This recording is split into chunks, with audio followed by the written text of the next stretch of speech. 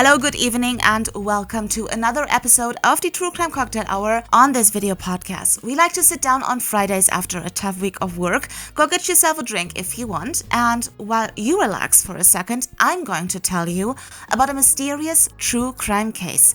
It's gonna be a great episode today. We're going back to the 90s and we're going back to Miami. So let's get ready and let's get into it.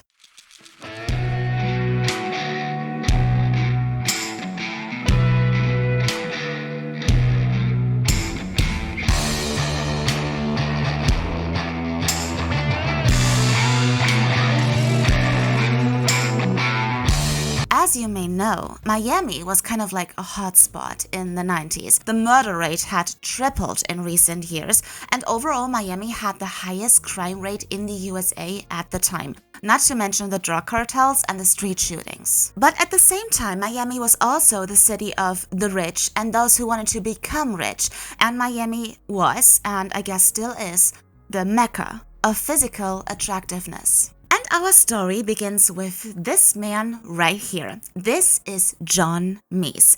He works and lives in Miami. He's a trained notary. He also works in this profession. But at the beginning of the 90s, he fulfilled himself a little dream and he opened up a second business. And this second business was a fitness studio, the Sun Gym right on Ocean Boulevard. Now, the Sun Gym is not your typical gym. It is designed for a specific clientele. Namely, bodybuilders. If you want to get really pumped up, hooked up on steroids and look like you have no neck, this was the place to be. Now, at the time of the story, the Sun Gym is not necessarily super successful or super well known, but it's doing okay. It's got like 500 members, could be worse. But for John, that's just not enough. He wants to expand. He wants more customers, more members, and of course, more money.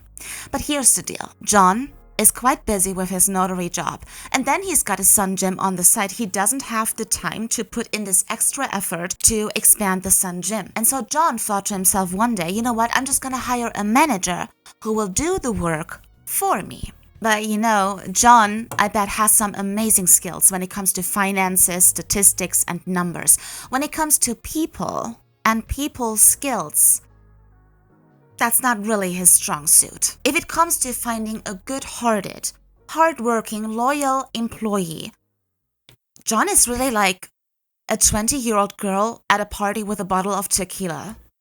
He always ends up with the wrong dude. Like, he's pre-ultimate manager, of course, right? This guy wanted to go on a 2 weeks vacation. And so one day he went up to John and he told him, hey, John, I got everything ready. I'll be off now. And John is like, okay, buddy, see you in 2 weeks. And this guy never returned because they busted his ass on the highway with hundreds of kilograms of cocaine and methamphetamines in his trunk. And then the manager who came after that, he as well one day went up to John and he was like, hey, John, I'll be out for a few minutes. I just gotta run some errands. Be right back. And John is like, okay, see you later, buddy. What John didn't know is that by running some errands, this manager guy meant killing 2 drug dealers in the Everglades and making off with their stash. And this manager guy is still sitting in maximum security prison today. And John at this point just had it. You know, he's just so sick of it all. You know, a lot of the characters at the Sun Gym are shady characters. You know, they got some stuff going on. And John doesn't really care about that. But when it comes to his employees, he does care. And he just wants someone who's trustworthy, stays out of trouble, and will just make sure that the business is running. And so John is looking for another manager.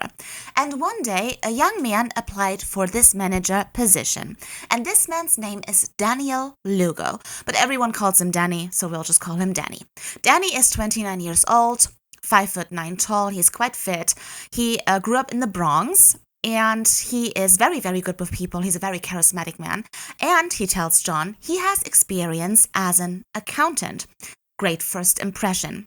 There's just one catch to it all. Dear Danny over here had also just recently been released from prison. You know, with the help of forged checks, he managed to steal $500,000 off of his victims. And so he's set in prison for fraud. And at first, John is like, oh no, not one of these guys again. But then again, Danny is so motivated. He really seems like he wanted this job. And he told John about all the ideas that he had to expand the Sun Gym. Sun Gym merch, Sun Gym vitamins, Sun Gym sports drink. And John eventually agrees to give this kid a second chance. And he ends up hiring Danny as a manager, accountant, and personal trainer. And in all fairness, for the first 2 years that Danny worked at the Sun Gym, he did one hell of a job. He is very popular, the members of the gym just absolutely love him. Financially, the Sun Gym is doing way better. And so John, after 2 years, allowed Danny to hire people on his behalf. And so the first thing that Danny does is he hires his best friend. This friend's name is Noel Dubel, but everyone calls him Adrian. So we'll just call him Adrian. And Adrian is 22 years old. He's also very much the fitness fan. He is in desperate need of a job, and so obviously Danny's gonna help him out. The catch with Adrian is, how do I put this? He is really not the brightest candle on the birthday cake. And I know I talk a lot of trash about these murderers and criminals, like, oh my god, he's such a moron. But I really mean, Adrian, be stupid, and you're gonna find out why later. One thing these two definitely have in common is they want to make big money in the shortest amount of time, in a legal or illegal way. But they don't know how they're gonna do that yet. And so one day, Danny is working out with a new customer at the Sun Gym, and this new customer's name is Jorge.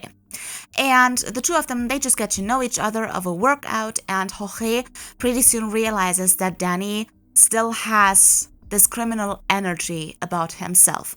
And during one of the workouts, it would be that Danny, for the first time, heard the name Mark Schiller. Mark Schiller is 40 years old. He's originally from Argentina, but he grew up in New York.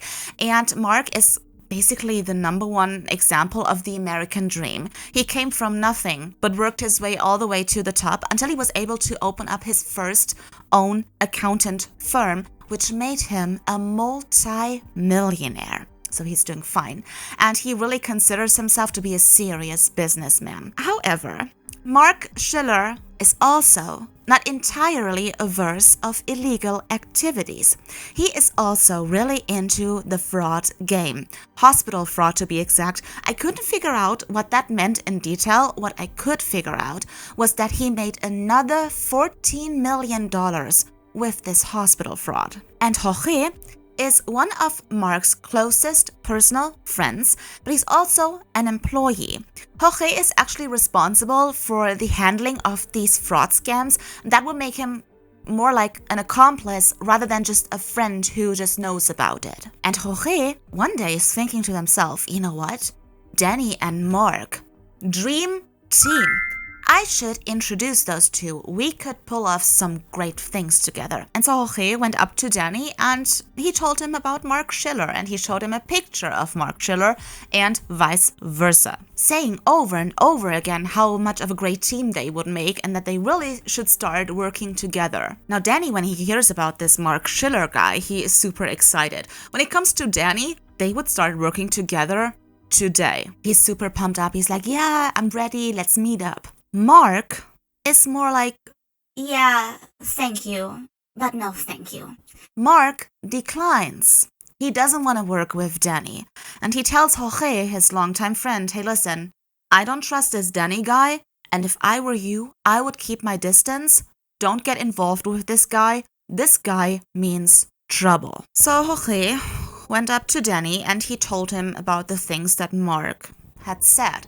And Danny's male ego is very hurt, and he reacts very angrily to this rejection. So from that point on forward, every time Danny would work out with Jorge, Danny would say the meanest things about Mark, you know? And I don't know how he did it. I mean, he's good with people, but he actually managed to turn Jorge against his longtime friend and business partner. Mark was well aware of what was going on, and eventually he gave his business partner Jorge an ultimatum. Either you work with this bodybuilder guy, or you still work with me, your longtime friend. And Jorge decided in favor of Danny. And Mark, as a result, fired Jorge. Now Danny, even though this should be like a small win for him, he was still super pissed off about Mark's rejection. He really wanted to get revenge. His ego was just so bruised. And so he went one step further and he started spreading rumors about this guy, Mark Schiller, in the entire Sun Gym, saying the meanest things, like that Mark, for example, had fired Jorge, even though he knew very well that Jorge had a heavily pregnant wife at home. He also told people that Mark Schiller still owed $200,000 to Jorge, and everything is just lies. None of it is true. And Danny, of course, will also go and tell his best friend Adrian about this story, about this Mark Schiller guy. And he also told 2 other members, and these 2 members are called Weeks and Pierre. Even though they never met this Mark Schiller guy, Adrian, Weeks, and Pierre, they develop such a hatred towards Mark Schiller. And at some point, all 5 men sit together and they agree that Mark Schiller, for what he did, has to pay. And they do benefit from the fact that Jorge knows every single detail about Mark Schiller's life. And he tells Danny everything he knows, He tells him when Mark gets up, when he drives to work, where he eats for lunch, the names of his children, where he goes on vacation, what car he drives, where he has how many bank accounts, the secret code to his villa in Miami, just everything. The question now is, how is Mark Schiller supposed to pay? There's 2 options. Option number 1 is they collect all the dirt they have on Mark and sell him out to the police. Or are they gonna blackmail Mark Schiller to transfer his entire fortune over to the Sun Gym gang, as they should later be called, and, make a little bit of money? And at first, everyone is going for the second option, but that's still not enough for Danny. He really wants revenge for Mark's rejection. And so they decide to take it one step further. They want to kidnap Mark Schiller and force him to transfer his entire fortune to the Sun Gym gang. But every member of the Sun Gym gang has had some stuff going on in the past, served time in prison for fraud, robbery, car theft, stuff like that. But kidnapping a person, that is something else. And everything needs to be well planned. And so the Sun Gym gang comes up with a plan to kidnap Mark Schiller. And plan number 1 is, Halloween is just around the corner. We're just gonna dress up as ninjas, knock on his door, shout trick or treating, and once Mark would open the door, they would just grab him, throw him in their trunk, and drive them over to Adrian's warehouse. That's the plan. And the guys get everything ready. They get the walkie-talkies, they get stun guns, they get the tape, and everything you might possibly need. But have you ever tried to find a ninja costume the size of a bodybuilder? Yeah. These guys had a hard time doing that as well. And before you know it, it was Halloween and they had everything but the ninja costumes. And so they just canceled the plan and they were like, let's go to a strip club instead. And that's just what they did. So we are now in November of 1994 and the gang starts another attempt. So the plan this time is as following. They want to drive behind Mark on the highway, and then eventually they want to overtake him, slow him down, and when Mark would stop the car and get out of the car to see what kind of idiots were slowing him down the entire time, they would grab Mark, throw them in their trunk, and get them to Adrian's warehouse. And they know exactly where Mark is gonna go because of Jorge, He knows every detail about Mark's life, how he gets to work, and how he gets home. But these idiots decided to turn their plan into action during rush hour on the busiest highways of entire Miami. And so these guys end up just driving behind Mark for the longest time. There's just no chance to overtake him. And so the Sun Gym gang's like, okay, no problem. We can still get him when he takes his exit. But all of a sudden, Mark takes an entirely different exit than the one he usually takes. And the Sun Gym gang is so surprised by that they can't react fast enough. And they just keep on driving and Mark Schiller is gone. So 3 days later, attempt number 3. you gotta picture this, okay? At dawn, Adrian, Weeks, and Pierre, these 3 massive bodybuilders, hidden under blankets like Harry Potter and his magic cloak, were sneaking around in Mark's front garden. Every one of them was dressed in all black, and they also had put on some camouflage makeup as to not attract any attention. And so now they just wait, crouching behind the hedges, hidden between the bushes, and they wait for Mark to open his door to bring in his newspaper.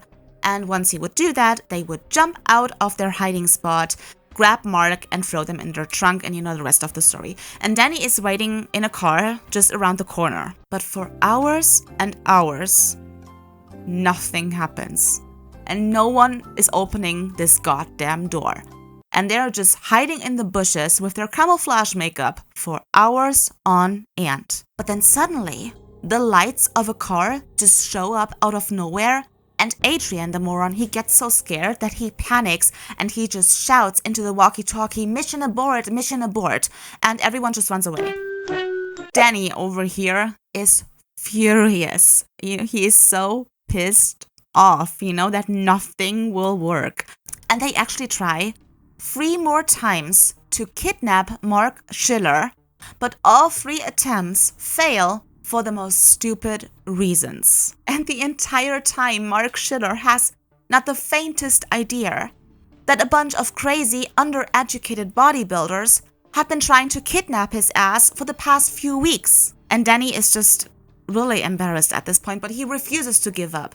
And so the group comes up with a new plan number 7. But Danny is thinking to himself, you know what, maybe I just need to motivate these guys a little bit. Show them what they can have once we kidnap this guy, And so he invites the entire Sun Gym gang all the way over to their favorite strip club. Unfortunately, Danny just paid for a whole bunch of private dances, but he also paid for a whole lot of drinks. And the next day, when the Sun Gym gang went to their cars to start attempt number 7, everyone but Danny is still super drunk. So plan number 7, right? So Danny is sitting in his car on the end of a side street that Mark always takes to get to the highway, right?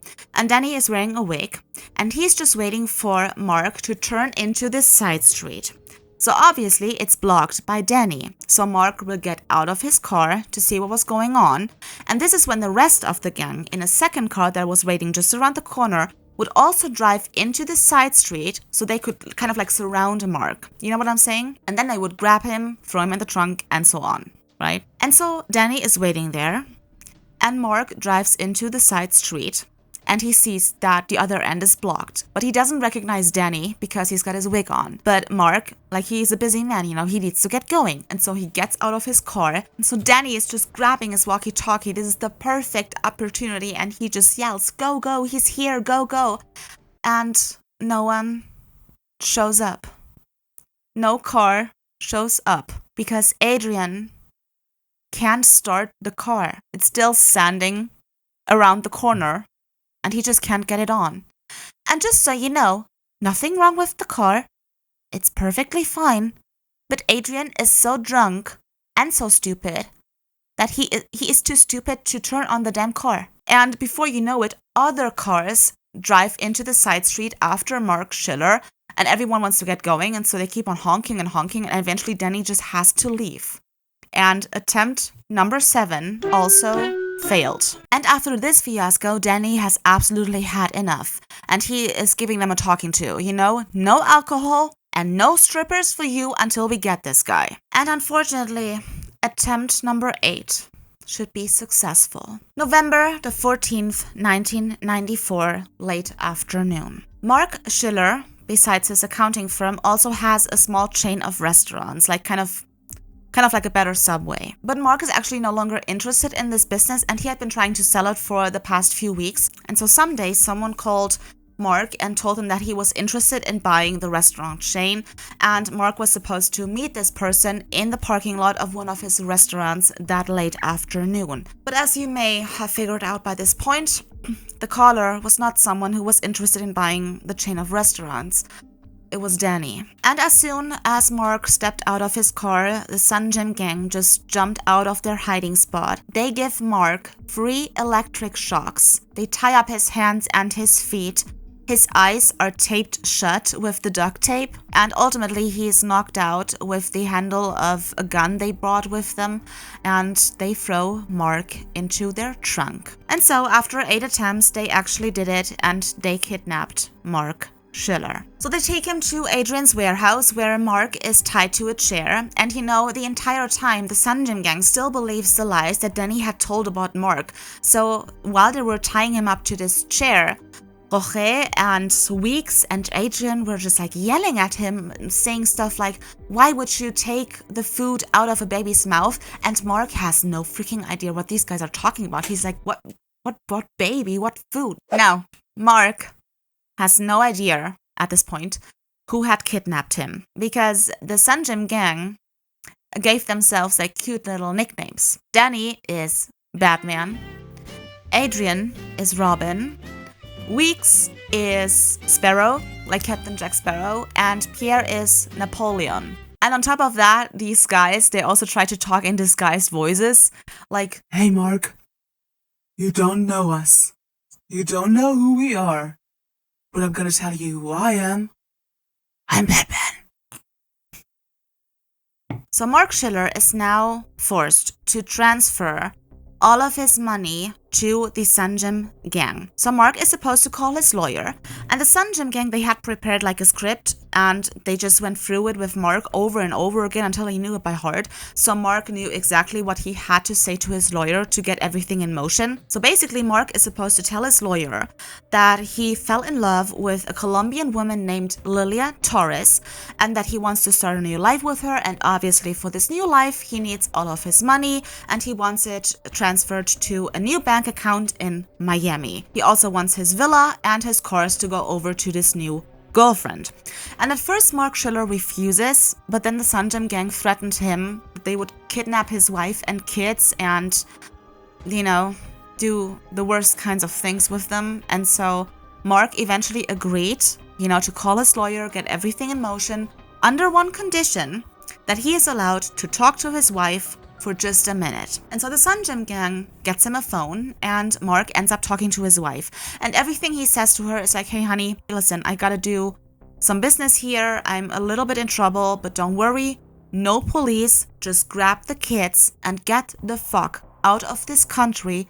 I will be there in a couple of days. And his wife listened to everything he said. But this is when the real nightmare for Mark Schiller should begin. And spoiler, more than one person should not survive the Sun Gym gang. So Mark calls his lawyer, and he tells him the story about his new girlfriend, Lillian Torres, and so on, and the lawyer believes him. And he says to Mark, you know what, I'm just gonna get everything ready, mentioning that this will take a couple of weeks, We're talking millions here. It's gonna take some time. And Mark Schiller ends up being held captive for 4 weeks. I mean, it's torture what they do to him. For 4 weeks, Mark Schiller is not allowed to go to the toilet. He is barely given anything to drink or to eat. He has hundreds of cigarette burns on his body. He gets electric shocks. He has 2 rolls of duct tape around his freaking head. They put wax in his ears so that he wouldn't hear anything. And then from time to time, they would also play Russian roulette with him. And when the Sun Gym gang is not exactly torturing Mark, they party a lot with the money they found in Mark's villa. They buy expensive jewelry and clothes, and they go to their favorite strip club, and they would move Mark's furniture all the way over to their own places. And even the strippers at some point get kind of like suspicious, and they ask the Sun Gym gang what they were doing for a living. And the Sun Gym gang told the strippers that they were undercover agents who were about to bust up this whole drug ring, and this is why they were here, and this is why they would have to act this way, and so on. And one of these strippers actually becomes Danny's girlfriend, even though, mind you, he is actually the one who has a pregnant wife at home, the dickhead. So this woman's name is Sabina Petreshenko. I mean, she's hot, goddamn. She's 25 years old, and just try to remember her name for a second because she will be important later on. And then on December the 10th, 1994, everything is ready. And Mark's entire fortune had been transferred over to the Sun Gym gang to the suspicious bank account in Miami. Everything is completed and notarized by a notary, and guess what notary that is? John Meese. Yeah. By the way, this Lillian Torres person actually does exist. She is Danny's ex-girlfriend, who he still has an affair with, mind you, plus the stripper, plus the wife, but okay, whatever. So Lillian Torres, she's in on the plan, you know, she's an accomplice, and she was present throughout the entire bank appointments, saying that she was Mark Schiller's new girlfriend, and for that she got a little bit of money. So now the Sun Gym gang walks over to Mark, and they tell him that everything is ready and that Mark should call his wife to announce his arrival because they want to release him in just a couple of hours. And Mark does that, and he's like, yeah, I'm free. But the Sun Gym gang wants Mark to not remember one effing single thing about everything that had happened. And so they start to force feed Mark with liters and liters of alcohol. So they just keep on pouring drink after drink after drink into this poor man, and Mark Schiller is not a drinker, mind you. And this whole thing goes on for 3 days, and Mark is basically poisoned with alcohol, tequila and vodka, chocolate liquor, which by the way is a horrible mixture, and Mark is in a drunken stupor for 72 hours. He has thrown up so many times by that point, and every time he does, they just give him even more alcohol. After 3 days, it seemed like they achieved their goal because Mark at this point can't really remember his name anymore.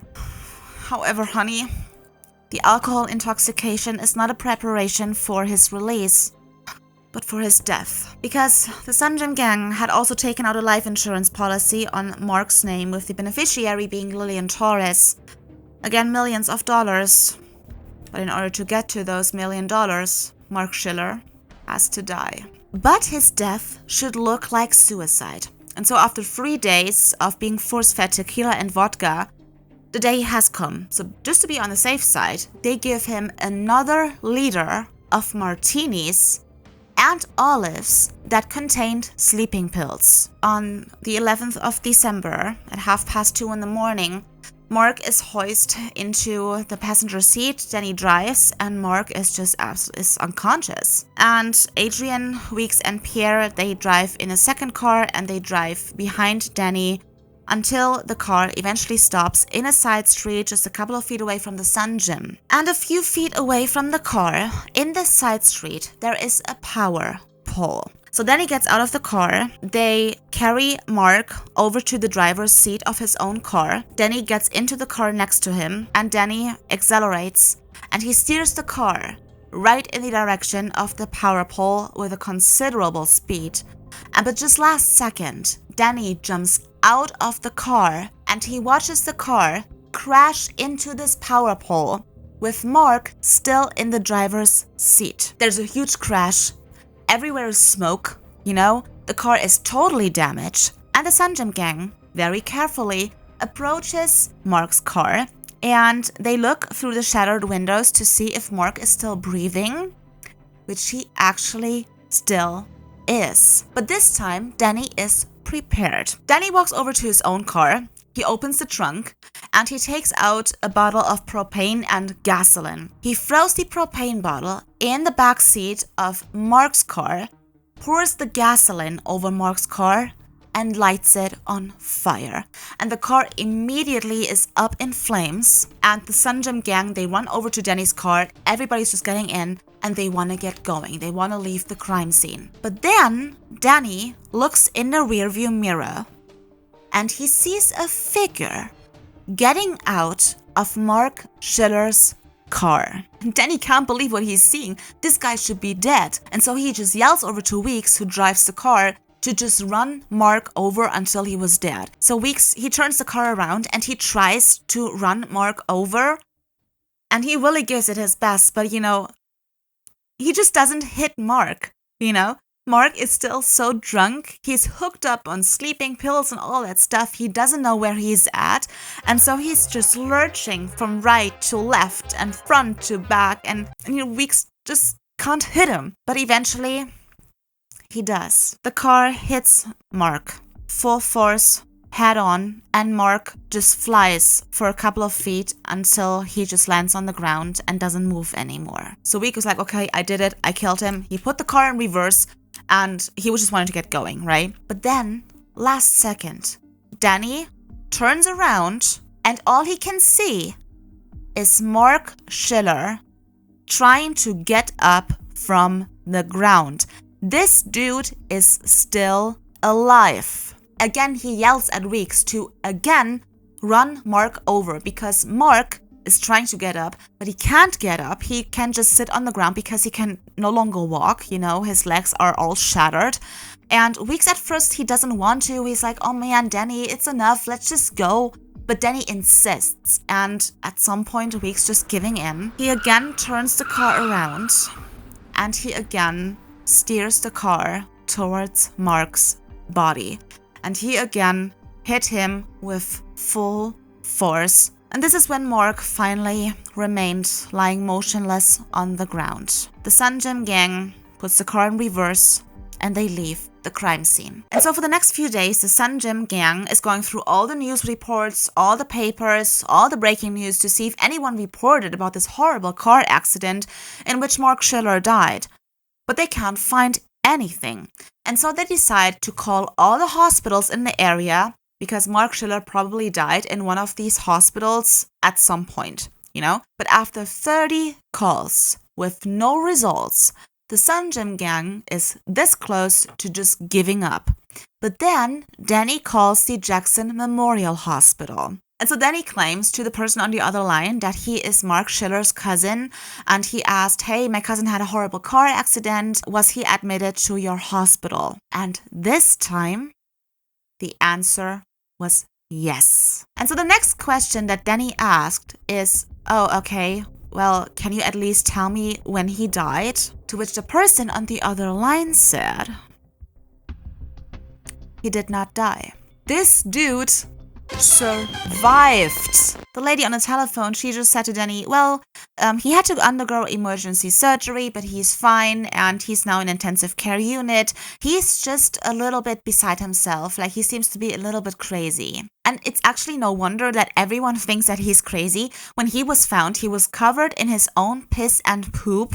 He was drunk as hell. He was just saying nonsense things. And so when he woke up from his anesthesia after the emergency surgery at the hospital, they told Mark that he was in a horrible, horrible car accident. And Mark Schiller was like, oh no, I was not. And Mark really tried to tell people about what happened to him. He was like, no, I was not in a car accident.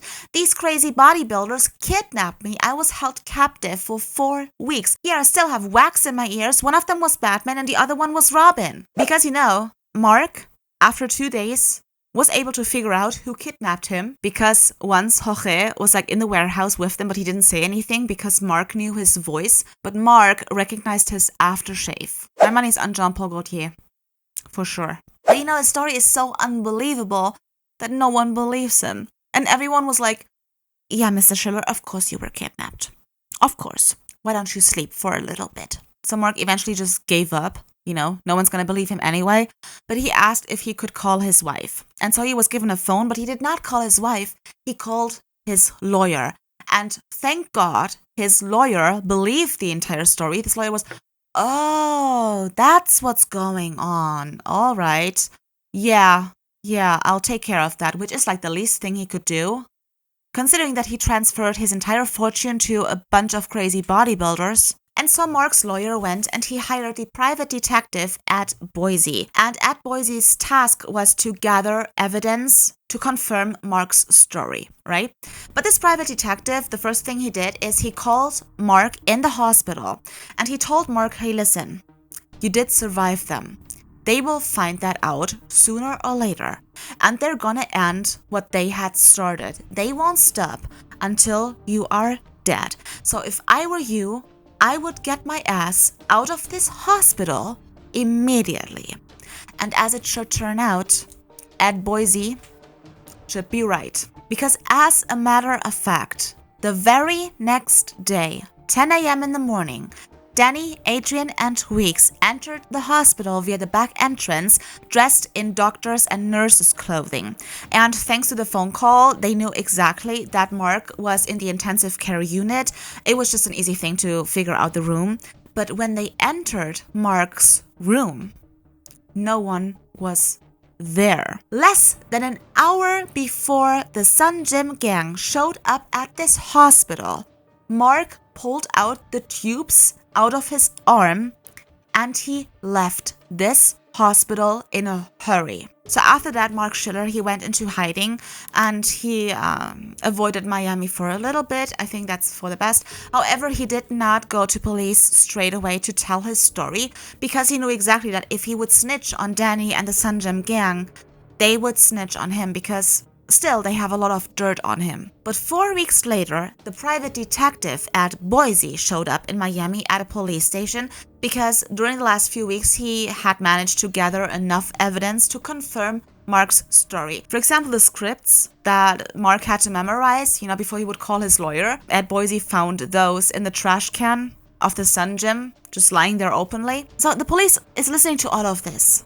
But the story, again, is so unbelievable that they react in a similar way than the hospital staff. And they are like, hey man, okay, this is all crazy and all, but we need this Mark Schiller to come over here himself and make a statement. But obviously, Mark Schiller would not even dare to go to Miami anymore. And so 5 months go by. 5 months in which the Sun Gym gang wasted Mark's entire fortune. Millions and millions of dollars just out the window for fancy cars, for jewelry, for strip clubs, for alcohol, for drugs. And so after 5 months, the Sun Gym gang is broke again. So they decide, you know what, we're just gonna repeat everything. All we did to Mark, all we did with Mark, we're just gonna do that with someone else. And they quickly find their next victim. A stripper had told them about this man who always drove in front of the strip club with his bright yellow Lamborghini. And this man was the rich as fuck Hungarian telephone sex hotline owner Frank Grieger. And the Sun Gym gang actually managed to kidnap this man, first attempt, but unfortunately his girlfriend Christina, she had witnessed the entire thing, and so the Sun Gym gang was kind of forced to kidnap her as well. But before Frank can even sign one document, Adrian accidentally killed him. I don't know. I don't know the details. I couldn't figure out how. I just know that Frank was strangled to death, and so he would be the first murder victim of the Sun Gym gang. And sadly, oh god, this poor woman, his girlfriend Christine, she had to watch everything and she was just screaming, and Danny was supposed to take care of her, and all he wanted was for her to just shut the hell up. And so he injected her horse tranquilizer, but this dumbass just injected her way too much and Christine ended up dying. And so she is the second murder victim of the Sun Gym gang, and they haven't seen $1 for it. But now they have a bigger problem. They have to get rid of the bodies, and so they walk to a store and they buy an electric chainsaw, right? And they want to dismember the bodies. However, they pretty quickly realize that this chainsaw is just not strong enough. Get this. They gave it a makeshift cleanup and just return it to the store for a full money refund.